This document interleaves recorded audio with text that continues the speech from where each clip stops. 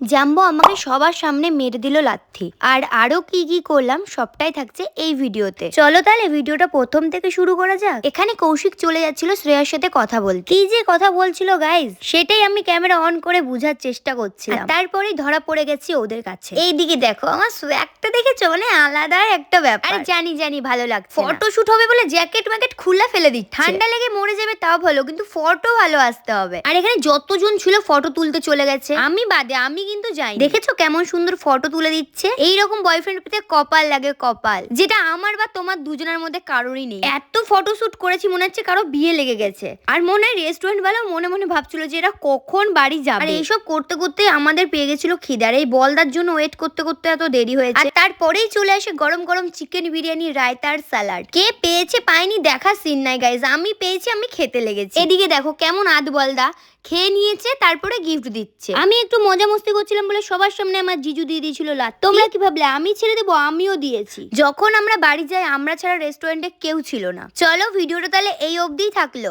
অন্য কোনো ভিডিওতে দেখা হবে। এখন টাটা।